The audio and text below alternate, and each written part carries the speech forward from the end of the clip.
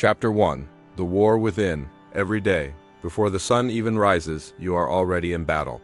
The moment you wake, enemies surround you. They wear no armor, carry no swords, yet they cut deeper than steel.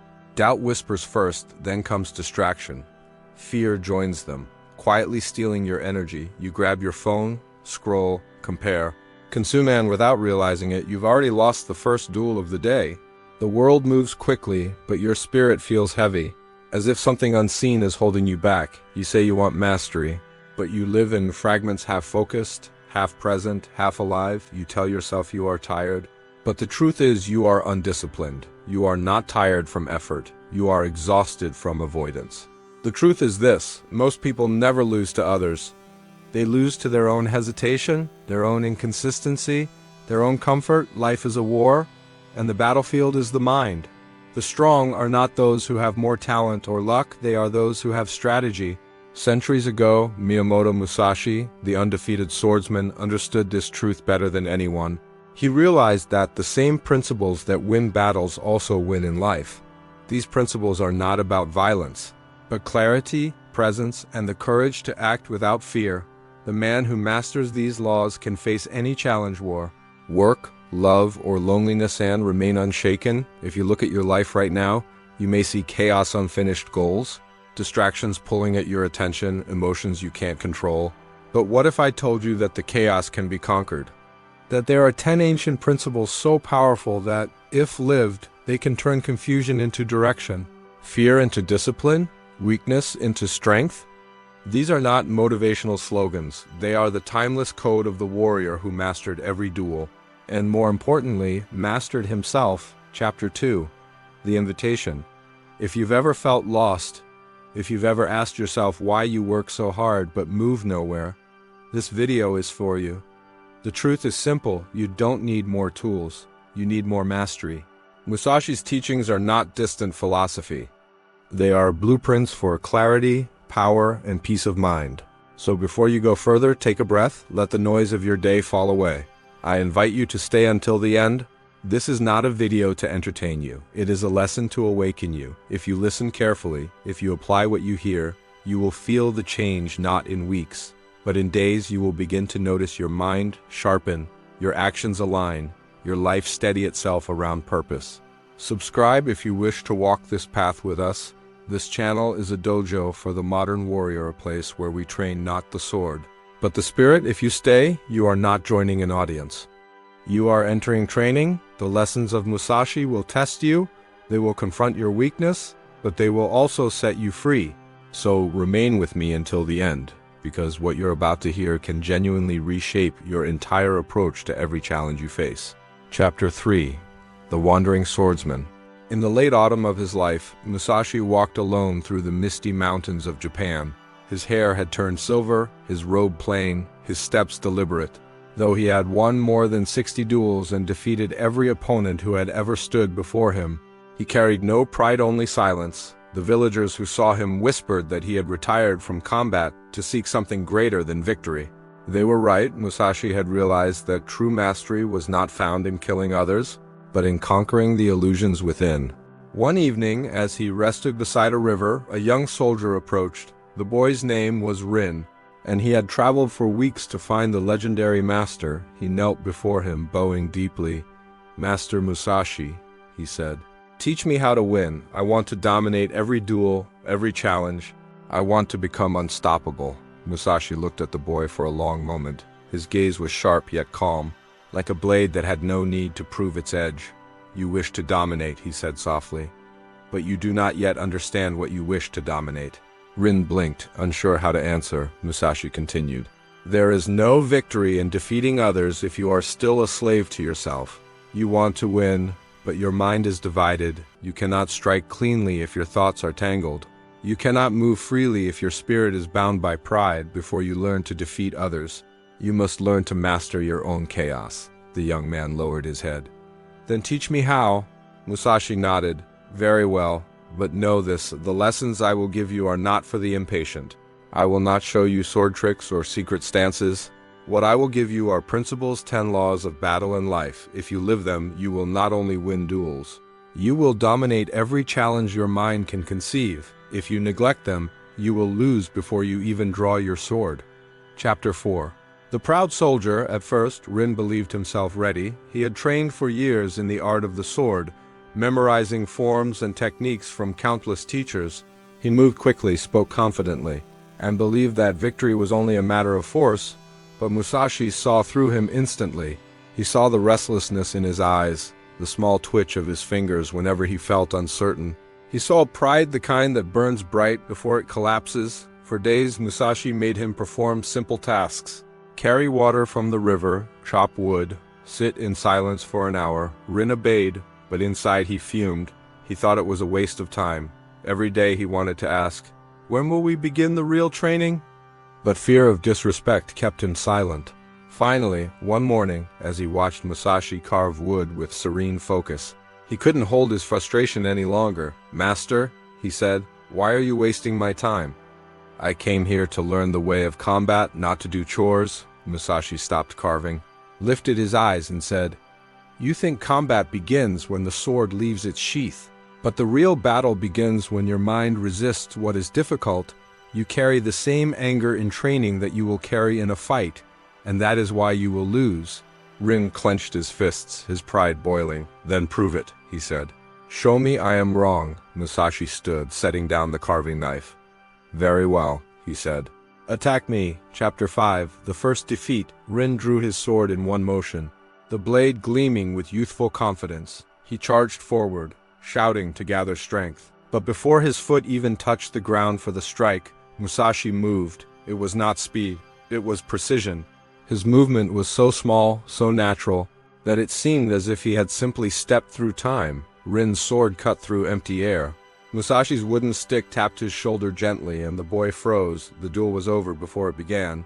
Musashi's expression did not change. "You see?" he said. "You lost before you struck?" Rin gritted his teeth. "How? I was fast." "You were fast," Musashi replied.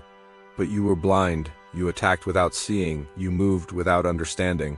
You fought the enemy outside, while the real battle raged inside you. Pride swung your sword, not perception, and pride as a fool's general, it always leads you into ambush." The young soldier dropped to his knees. Ashamed, his chest burned not from the strike, but from the truth. Musashi placed a hand on his shoulder. "You are not the first to lose this way," he said.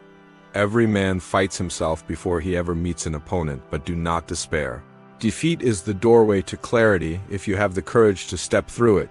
That night, as the moonlight shimmered on the river, Musashi began to speak.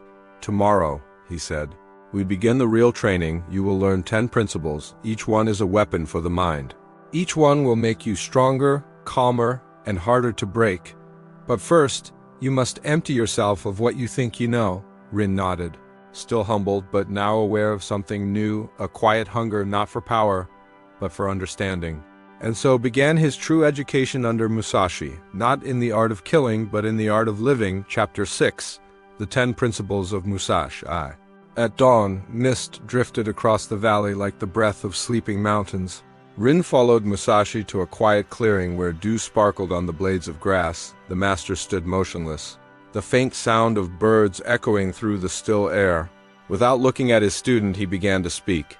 "There are 10 principles," Musashi said. 10 paths that form one way. If you can understand them, you will be able to face anything: battle, loss, pain, even death. But each principle is a sword that cuts both ways. If you hold it wrongly, it will wound you." Rin bowed deeply. "Teach me." Musashi nodded.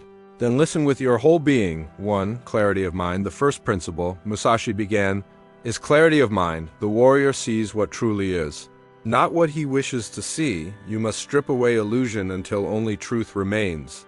Most men walk through life blinded by emotion, by fear, by hope. They react to what they imagine instead of what stands before them. He picked up a pebble and tossed it into the air. "When you look at this stone, do not name it, do not think. It is small, it is smooth, it is gray, just see it as it is." The mind that names, judges, and analyzes too soon cannot perceive reality. Rin thought for a long moment. "But how can I fight without thinking?" Musashi smiled. "You do not fight without thought, you fight without confusion. When the mind is clear, action flows naturally. The sword moves by itself because there is no delay between what is seen and what is done. In modern terms, scientists would call this flow state a merging of action and awareness. At Kyoto University, researchers found that when focus is absolute, the brain silences its self-critical regions. The warrior enters this state through clarity. By removing inner noise, for Musashi, clarity was not a mood, it was a discipline. 2. Discipline over comfort. The second principle, Musashi continued, is discipline over comfort. The way is in training. The body becomes strong not because it seeks comfort, but because it endures repetition. The same is true for the mind. He looked at Rin. You wish for greatness, but you chase ease. The modern man is the same. He wants mastery without repetition, glory without practice, but comfort weakens spirit. You must make effort your companion. Rin thought of his days spent avoiding silence, seeking stimulation in conversation and food. Then must I reject all comfort? Not reject, Musashi said. Control. When comfort rules you, your will becomes dull, but when you rule comfort, it becomes fuel. Sleep when you mean to rest, eat when you mean to eat, train when you mean to train. Do not drift like a leaf, move like the mountain.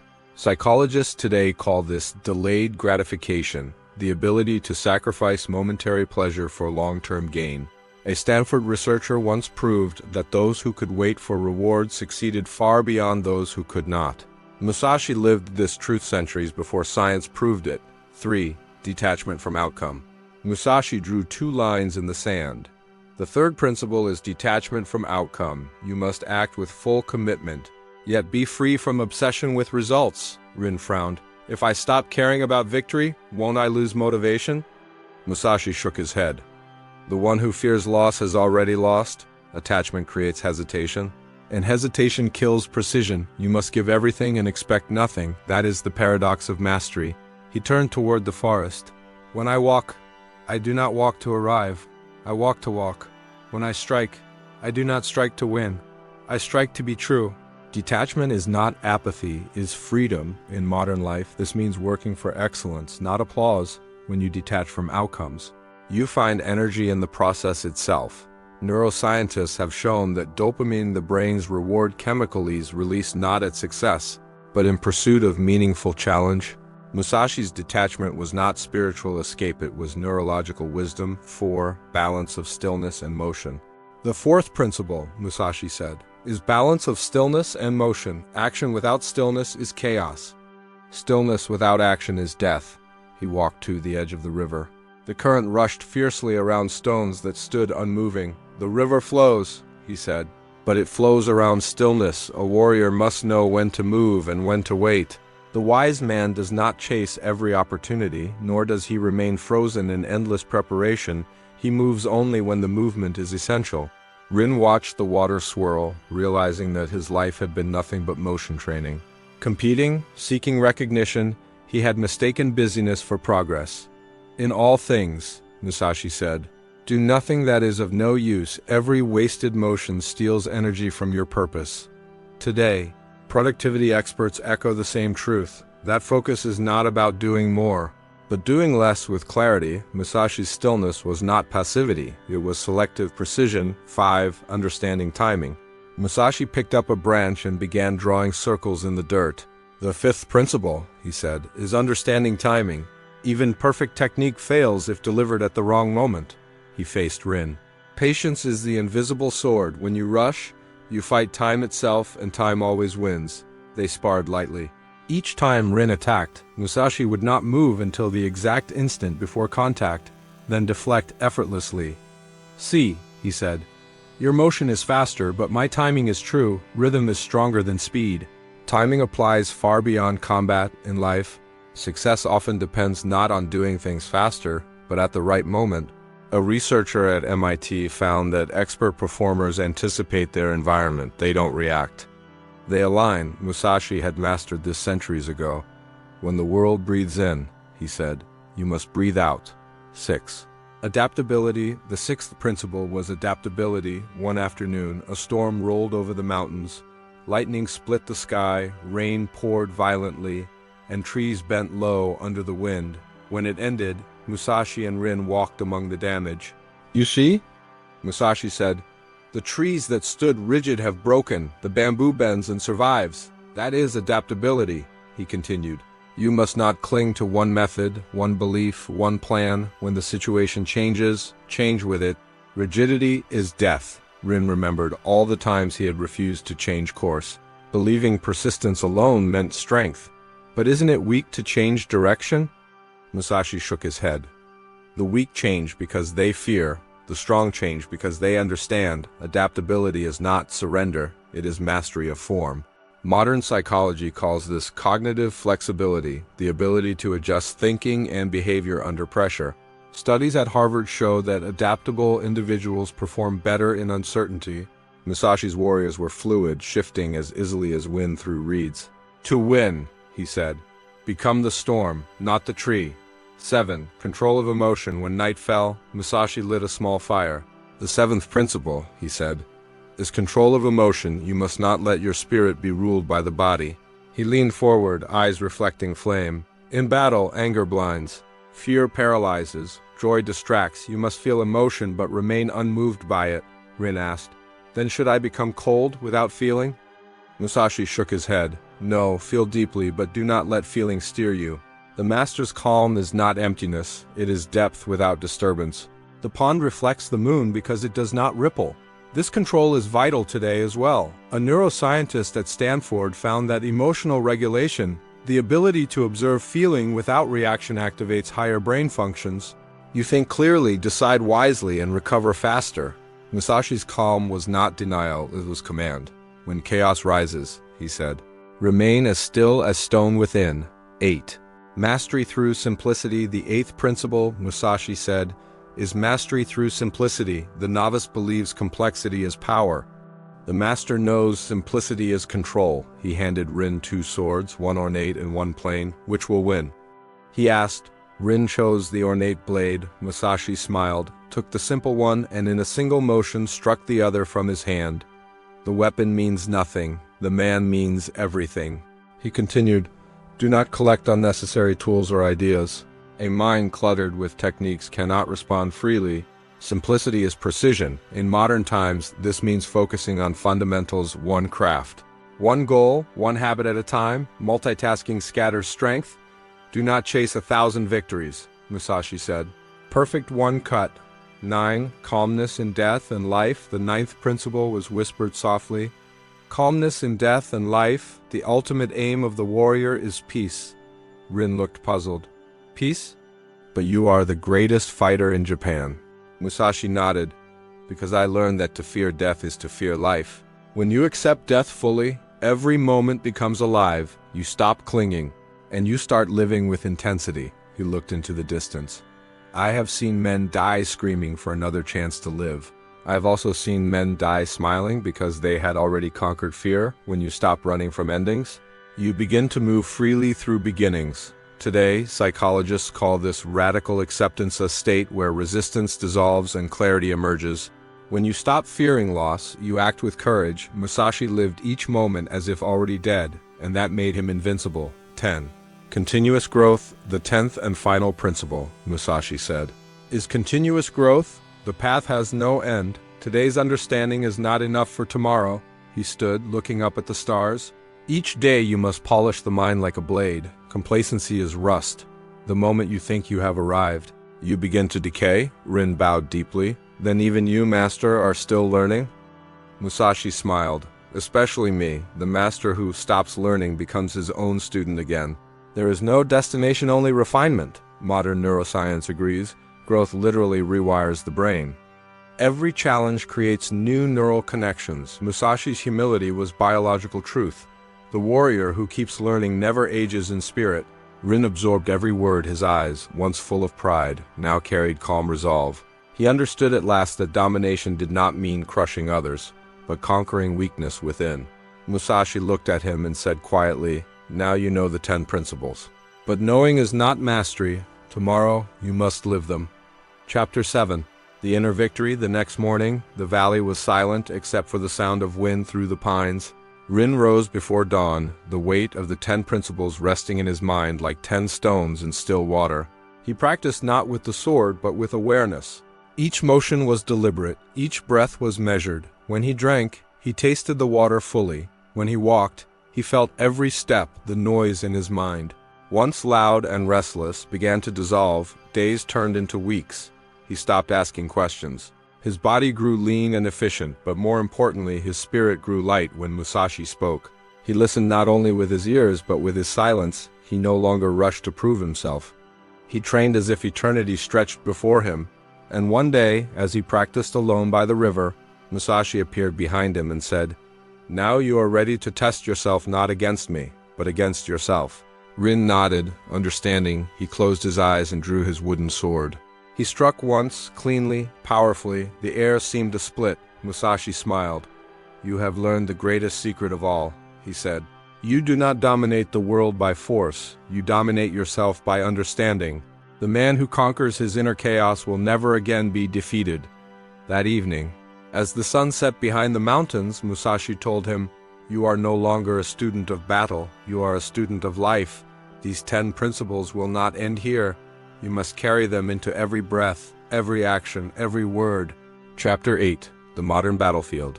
You may never wield a sword, but every day you wield your attention. Every notification, every temptation, every doubt that steals your focus is a duel waiting to be fought. Your modern battlefield is not of blood and blades, but of thoughts and distractions, and just like Rin, you must decide which master you serve, your impulses or your purpose. The first principle, clarity of mind, teaches you to see reality instead of reacting to noise. When you open your phone in the morning, when you scroll endlessly through what others are doing, you are blinding yourself to your own direction. The warrior sees truth, not distraction. Train yourself to notice when you are drifting and bring your focus back to what matters. The second and third principles, discipline over comfort and detachment from outcome, are the antidotes to procrastination and perfectionism. You do not need to feel ready to act, you need to act to feel ready. Success comes not from one grand effort, but from the small, boring, daily repetitions that no one applauds. When you detach from results, you rediscover joy in the process itself. Balance of stillness and motion and understanding timing apply to every area of your life. Not every battle needs to be fought immediately. Learn when to act, when to wait, and when to do nothing. Your silence can sometimes be more powerful than your argument. In the words of Musashi, "Move when the moment moves." Then comes adaptability and control of emotion. These are the shields of the modern warrior. When plans fail, you adjust. When people provoke, you remain unmoved. You don't let the storms of life decide your direction. You use their wind to move faster. Simplicity will sharpen your focus in a world addicted to excess. You don't need 50 habits, 10 morning routines, or endless self-improvement rituals. You need one good practice done with total awareness. As Musashi said, "Do not do anything that is of no use." Finally, calmness in death and life and continuous growth remind you that the only way to live fully is to stop clinging to comfort and permanence. Let things end. Let yourself evolve. Everything you lose creates space for something greater to grow. These principles are not ancient, they are eternal. They belong as much to the modern entrepreneur as to the ancient samurai. You can apply them to business, art, health, and love, because they are laws of the mind, not of the sword. Chapter 9, The Science of the Warrior Mind. Modern neuroscience has begun to reveal what Musashi practiced through intuition. At Kyoto University, researchers studying expert archers discovered that mastery suppresses the brain's prefrontal chatter, the overthinking that ruins performance. In moments of clarity, the brain quiets itself, allowing movement and awareness to merge seamlessly. That is what Musashi meant when he said, "The body moves by itself." Harvard studies on meditation show that consistent focus strengthens the prefrontal cortex, improving emotional control and reducing anxiety. This is the scientific echo of Musashi's 7th principle, control of emotion. The calm you feel in practice is not weakness. It is a rewiring of the brain toward precision and peace. Even the principle of continuous growth finds proof in modern biology. Neuroplasticity, the brain's ability to form new connections, continues throughout life. The more you challenge yourself, the more adaptable your mind becomes. The warrior never stops learning because nature itself rewards evolution. Musashi lived these truths centuries before they were studied. Science, philosophy, and spirit converge in one truth. The calm mind is the most powerful weapon. Chapter 10. The 10-day Musashi reset now. Take these 10 principles and turn them into a practical ritual training method for modern warriors. For the next 10 days, follow these steps. Do them with intention, not perfection. Day 1, clarity. Begin your morning in silence, 5 minutes, no phone, no music, just breathe and observe your thoughts without judgment. Day 2, discipline. Choose one task that matters and complete it without interruption, no matter how small. Day 3, detachment.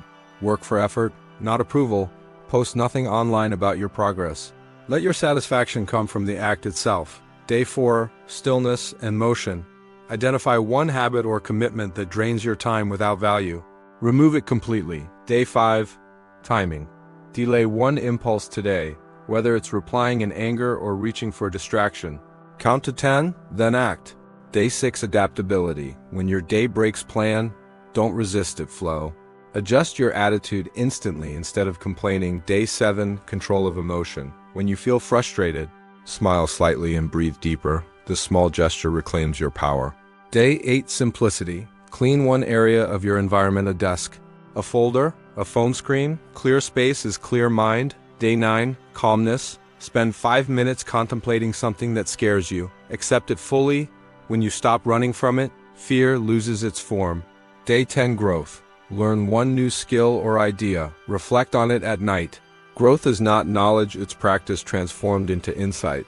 10 days will not make you a master, but it will show you what mastery feels like. Keep repeating it, and you will begin to see the world and yourself through the eyes of a warrior. Chapter 11, the mirror of weakness. Let's speak plainly. You say you want mastery, but your actions betray you.